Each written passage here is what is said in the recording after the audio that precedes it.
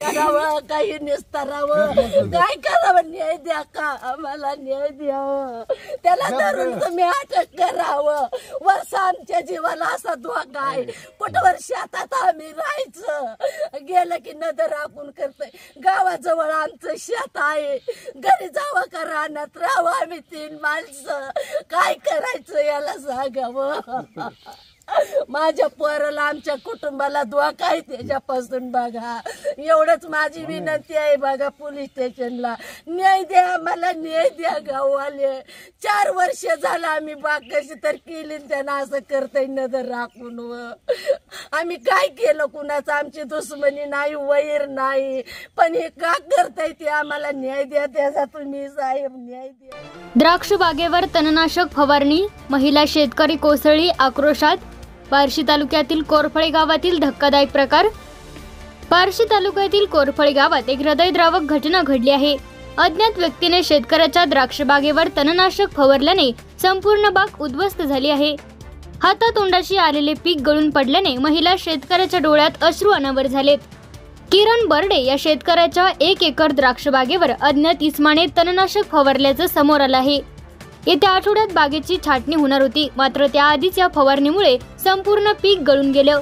त्यामुळे तब्बल 10 ते 11 लाख रुपयांचं नुकसान झालं आहे. आता पुढील काही दिवसात ही बाग पूर्णपणे नष्ट होण्याची भीती व्यक्त केली जात आहे. या घटनेनंतर शेतकरी आणि ग्रामस्थांमध्ये संतापाचं वातावरण आहे. अज्ञात इसमाविरोधात पोलिसात तक्रार दाखल करण्यात आली असून तपास सुरू आहे. मात्र आता प्रशासन या प्रकरणात काय पावलं उचलतं याकडे सर्वांचंच लक्ष लागून राहिलं.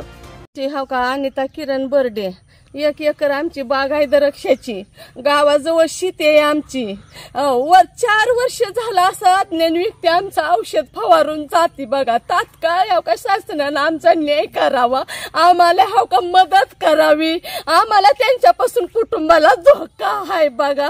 आम्ही अन्न खाल्लं नाही, दिवाळी मला नवरडत हो का शेतात बसलेला हो. आम्हाला काय असेल ते न्याय द्या बघा तुम्ही सांग. एवढीच आमची कळकळीची विनंती आहे, त्याला अटक करा तुम्ही. आम्हाला त्याच्यापासून धोका आहे. केस करायला गेले 8 वाजेपर्यंत मी शेतात बसले, मला भीती वाटत होती व मी साहेब भीती वाटत होती. आता आमच्या बागाला कराय भेला नाही, आम्हाला का मारून टाकायचा नाही सांगा तुम्ही. आता बागे जळाय झालेले आहे. 8-9 दिवसात आमची बाग खाक होऊन जाते. आम्ही कर्जाचा डोंगर करून कशी तरी उभा केली होती. बँकेचं कर्ज आहे, लोकांचं कर्ज आहे आमच्यावर. आम्ही काय करायचं, औषध पिऊन मरावं का? त्या व्यक्तीनं औषध ठेवून गेला, फवारा ठेवून गेला म्हणून आम्हाला पुरावा सापडला. व इतक्या वर्ष आम्ही गप होतो, गरीब माणसं आहो. आम्हाला न्याय द्या तुम्ही, आम्हाला न्याय द्या. धरून त्याला अटक करा तुम्ही, आम्हाला त्याच्यापासून धोका आहे बघा. कोरफळ्यातल्या तमाम शेतकऱ्यांना मी या ठिकाणी आव्हान आणि विनंती करतोय की बाबांनो, असली पापी वृत्ती जर गावात कुणी असेल तर त्याला कुणी पाठीशी घालू नका. मी स्वतः सुद्धा द्राक्ष बागायतदार होतो. मला माहिती आहे की द्राक्षाचं पीक आणताना एकरी किती खर्च येतोय. आणि आज सलग 4थं वर्ष जर असेल हा पापी माणूस असं रात्रीचा येऊन जर कार्यक्रम करत असेल तर कोरफळ्यातल्या सगळ्या शेतकऱ्यांनी जगायचं कसं? हे संकट आज जसं बर्डे कुटुंबावर आलंय तसं गावातल्या प्रत्येक शेतकऱ्यावरती येणारं लक्षात असू द्या. त्यामुळे ह्या गावातल्या प्रत्येक शेतकऱ्यानं द्राक्ष बाग असेल, बोर बाग असेल, कुठली जी असतील पिकं की ज्याच्यावरती आपली उपजीविका आहे, लाख, 1.5 लाख रुपये एकरी खर्च येतोय साध्या पिकाला आणि 2.5 लाख रुपये एका एकराला खर्च येतोय. आज माझ्या माहितीप्रमाणे या ठिकाणी 13, 14, 15 टन माल निघाला असता. काही लोकांना माल पडले नाहीत, पण ह्यांच्या कष्टातनं या ठिकाणी माल पडलेला आहे. तरी सुद्धा एका रात्रीत 20 तारखेला एका पापी माणसाने येऊन अज्ञात इसमानं या ठिकाणी बाग फवारली. आज आमची ताई या ठिकाणी रडत होती.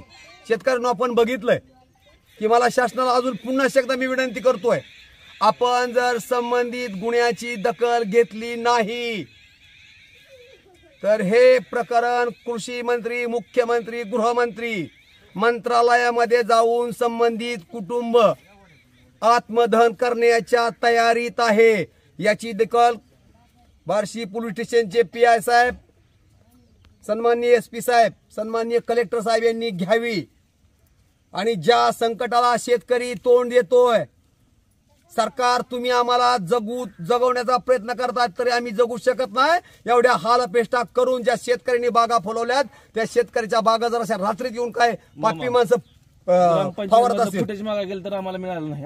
आणि सर्वात दुर्दैवाची गोष्ट आमच्या ग्रामपंचायत मध्ये आम्ही सीसीटीव्ही बसवलेले आहेत, परंतु आरोपी कुठल्या रस्त्यानं आल्याला पाहण्यासाठी आम्ही ग्रामपंचायतला फुटेज मागितले, स्वतः शंभूने त्या ठिकाणी फुटेज मागितला तरी सुद्धा ग्रामपंचायतनं फुटेज दिलेला नाही। याच्यासारखा नाकर्तेपणा जगात कुठंच नाही। या ठिकाणी डिलीट करू शकते ती म्हणा ग्रामपंचायतच्या अधिकाऱ्यांना सूचना देण्यात यावी की त्यांनी जे जे फुटेज रस्त्याचे सगळे संकलन करून ठेवावे, एकही फुटेज डिलीट होता कामा नये, कारण येणाऱ्या तपासामध्ये ते फुटेज अतिशय महत्वाचे आहेत। सरकारला पुनश्च एकदा विनंती आहे, शेतकऱ्यांना सुद्धा विनंती आहे, बाबांनो तुम्ही एक राहावं लागेल ना। हा माणूस आज बर्डेंच्या शेतात घुसलाय, उद्या कुणाच्याही शेतात घुसेल। 24 तास माणूस जागा राहत नसतो। देवाच्या भरोश्यावर सिटी जर आपण सोडली तर काही खरं नसतंय। त्याच्यामुळे सरकारनंच आपल्याला आता न्याय द्यावा लागेल।